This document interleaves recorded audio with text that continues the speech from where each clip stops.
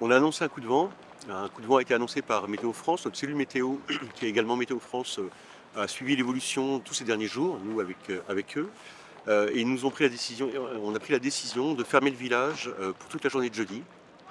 Donc on va même écourter la soirée de mercredi. On ferme le village à partir de 1 heure jeudi matin, donc dans la nuit de mercredi à jeudi. Et on devrait fermer le village toute la journée de jeudi. Peut-être on aura une accalmie en soirée, auquel cas on pourrait avoir les soirées de la Transat Café L'Or un peu festives qui seraient maintenues, mais il est aussi vraisemblable que nous n'ouvrions que le village vendredi matin à 10 heures. Quand on parle d'un coup de vent, on parle de quelles conditions? On parle de vent qui en rafale avoisine les 100 km/h, peut-être un peu plus, sur une assez longue période, donc très tôt jeudi matin. Ça se renforce progressivement dans la nuit, hein, dans la nuit de mercredi à jeudi. Et puis ça va s'atténuant un petit peu en soirée de jeudi, mais ça reste fort. Et dans ce cas-là, c'est quoi les risques en fait pour le village?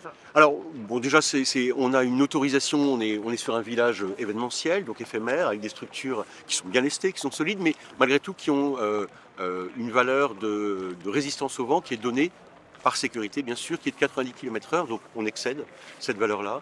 Alors, on a pris un certain nombre de dispositifs et de mesures pour sécuriser le village, faire tomber la signalétique, renforcer les tentes, amener des véhicules pendant la nuit pour que les structures les plus imposantes et les plus orientées au vent soient protégées.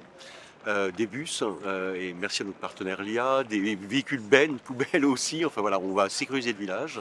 Et puis avec les équipes qui s'occupent de l'amarrage et l'équipe de la direction de course, on a effectivement pris un certain nombre de mesures aussi pour les bateaux qui sont amarrés ici dans ce bassin Vatine et dans le bassin de l'Eure à côté pour les ultimes, pour sécuriser leurs amarrages, amener des éléments de renfort, mouiller des bouées pour qu'ils soient moins contraints contre le quai.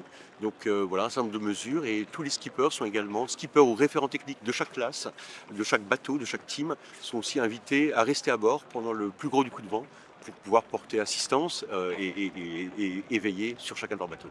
Gros coup de vent, on peut le dire. Heureusement, on a la chance d'être tout proche du Carré des Docks et qui nous propose des bâtiments en dur, donc qui permettent de travailler, puisque même si on ferme pour le public, tout le monde a besoin de travailler, les médias, les teams, les partenaires qu'on recevait. Donc on s'est réorganisé pour pouvoir accueillir toutes ces populations-là. Donc il y aura encore un peu plus d'effervescence que d'habitude. Mais effectivement, pendant toute la journée, les accrédités pourront accéder via la rue de l'Aviateur-Guérin au Carré des Docks pour pouvoir travailler, PC Presse, PC Organisation, loge, etc. Alors en théorie, on a réussi à relocaliser toutes les opérations qui se passaient sur le village.